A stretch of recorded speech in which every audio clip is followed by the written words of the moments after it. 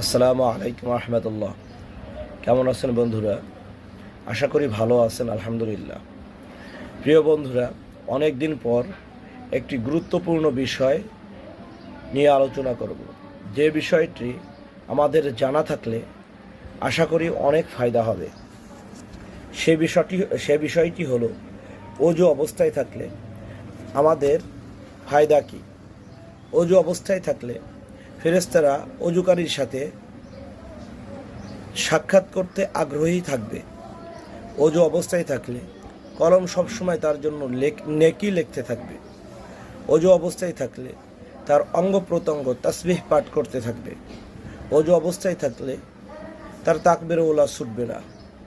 অজু অবস্থায় থাকলে যখন সে ঘুমাবে, আল্লাহ তাআলা তার জন্য 4 জন ফেরেশতা মানুষ ও জিন্নাতের সকল ক্ষতি থেকে হেফাজতের জন্য পাঠিয়ে দেবেন। অজু অবস্থায় থাকলে মৃত্যুর যন্ত্রণা তার জন্য সহজ হবে।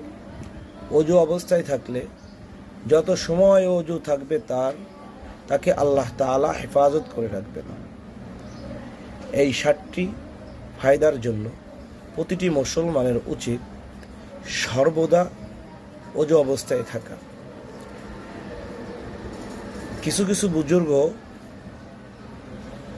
কথাও বলেছেন, অজু অবস্থায় থাকলে মানুষের রুহানি শক্তি বেড়ে যায়, মানুষের আধ্যাত্মিক লাইনে চলতে অনেক সহজ হয়ে যায়।